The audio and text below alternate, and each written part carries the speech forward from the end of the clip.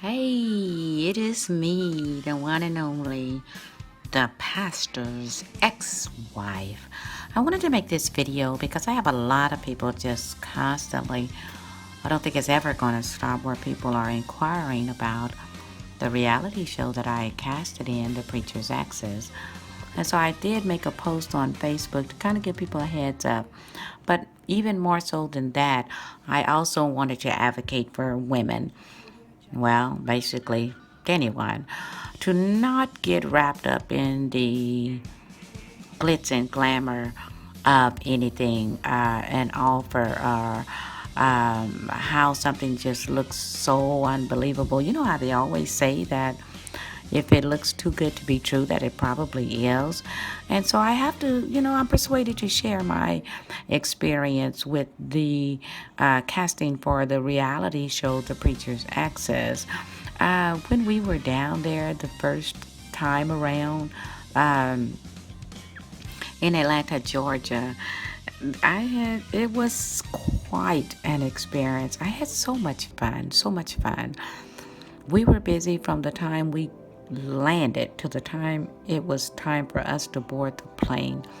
Developed beautiful relationships, met beautiful women, and it was just amazing. I will never forget the experience.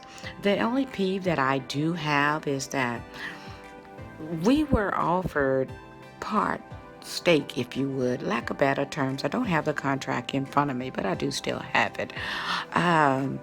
In the reality show, The Preacher's Exes, not a dream of the reality show, but actual reality show once it gets picked up.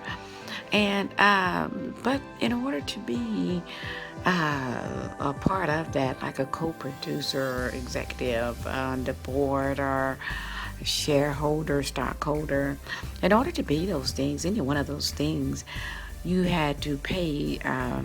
You were given the option, like if you want an X so many percentage, you pay this. If you wanted this percentage, you pay that. And of course, I wanted the highest percentage because the way that the idea was presented to me, even a dollar figure was given, $650,000, And the way that it was actually presented was when we were on the set. And when you're on the set, your mind is on what you're doing. So a lot of people around, coming to see it, and whispered in my ear, was telling me about the deal, and even mentioned that dollar figure. No one can tell me what was said to me and what was not said to me. And it was said to me, that crazy ass dollar figure. And nonetheless, so therefore I chose the highest percentage. I think it was, I don't remember, but I chose the highest percentage. And so that was $3,000. Okay, well, you can't wait till you get home to pay it. You can't write a check to pay it. It has to be cash. So either you have the cash. Okay, well, we're going to give you a couple of days or a few days after you get back to pay the rest. So I paid quite a bit of it right then and there, cash, and just given an account number to go and deposit the balance. But it had to be cash, nothing else. No, it had to be cash.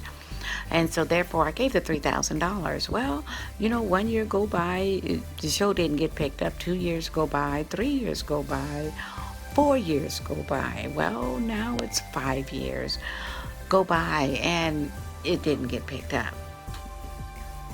Nothing ever was said anymore about the $3,000.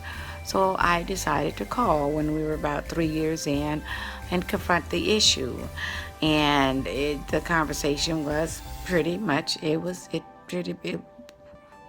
of course it was heated from my end because, don't know how folk really feel about me. But if you want to come sideways with me, then I'm going to tell your ass how I feel. And that's how that conversation went. So I want to say to anyone that's viewing this video, pass it on.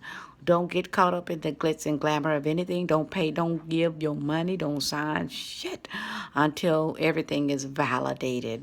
Probably through the hands of an attorney. Here's at ya, it's me. I'm the one and only pastor's ex-wife.